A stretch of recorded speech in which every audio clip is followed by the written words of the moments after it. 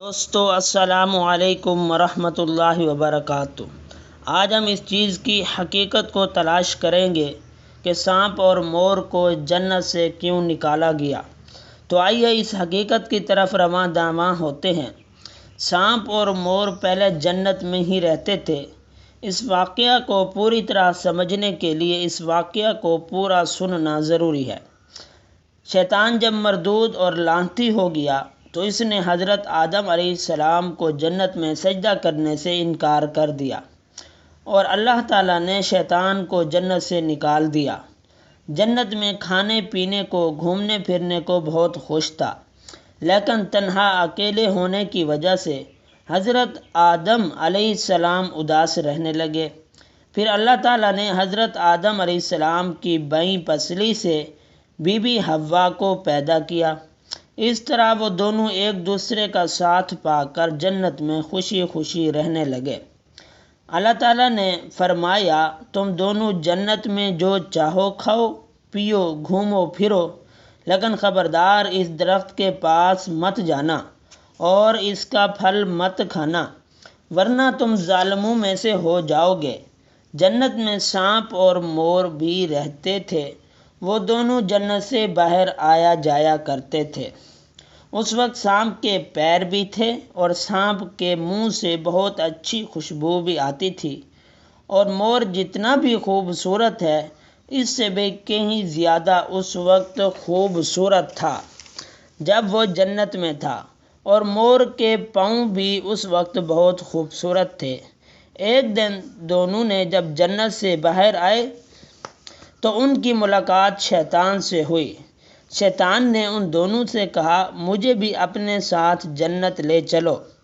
ان دونوں نے کہا، ہم اللہ تعالیٰ کے خوف سے تمہیں جنت میں نہیں لے جا سکتے۔ اس پر شیطان نے اپنی دوستی کا انہیں واسطہ دیا کہ ہم جنت میں ساتھ رہا کرتے تھے، مجھے جنت میں اب لے چلو۔ اس پر سانپ نے شیطان کو مشورہ دیا کہ تم سانپ بن جاؤ اور مور تمہیں نگل لے گا اور تمہیں جنت میں لے جا کر اگل دے گا، اس طرح کوئی تمہیں دیکھ بھی نہیں سکتا۔ شیطان فوراً سانپ بن گیا اور مور نے اسے نگل لیا اور جنت میں لے جا کر اگل دیا۔ اس طرح شیطان جنت میں داخل ہونے میں کامیاب ہو گیا۔ شیطان نے جنت میں حضرت آدم علیہ السلام کو سلام کیا اور بی بی حوا سے ملاقات کی اور کہا، میں تمہارا خیر خواہ ہوں، تم نے جنت میں ابھی تک اس پھل کو کیوں نہیں کھایا؟ اس پر دونوں نے کہا، اللہ تعالیٰ نے ہمیں اس درخت سے دور رہنے کو کہا ہے اور اس کا پھل کھانے سے سخت منع کیا ہے، اس لیے ہم نے وہ پھل ابھی تک نہیں کھایا اور نہ ہی کھائیں گے۔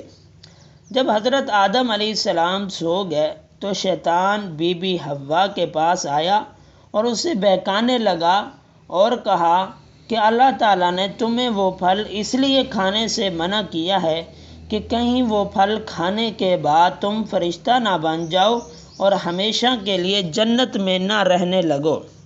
بی بی حوا نے شیطان کے بہکاوے میں آ کر اس درخت کا پھل کھا لیا، اور جب حضرت آدم علیہ السلام سو کر اٹھ گئے تو انہیں بھی بہت اصرار کیا اور مجبور کیا اور وہ پھل حضرت آدم علیہ السلام کو بھی کھلا دیا۔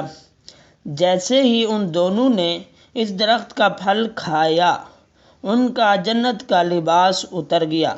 تبھی اللہ تعالیٰ نے ان دونوں سے کہا، میں تمہیں اس درخت کے پاس جانے سے اور اس کا پھل کھانے سے اس لیے منع کیا تھا، تم دونوں نے اپنی جان پر بہت ظلم کیا ہے۔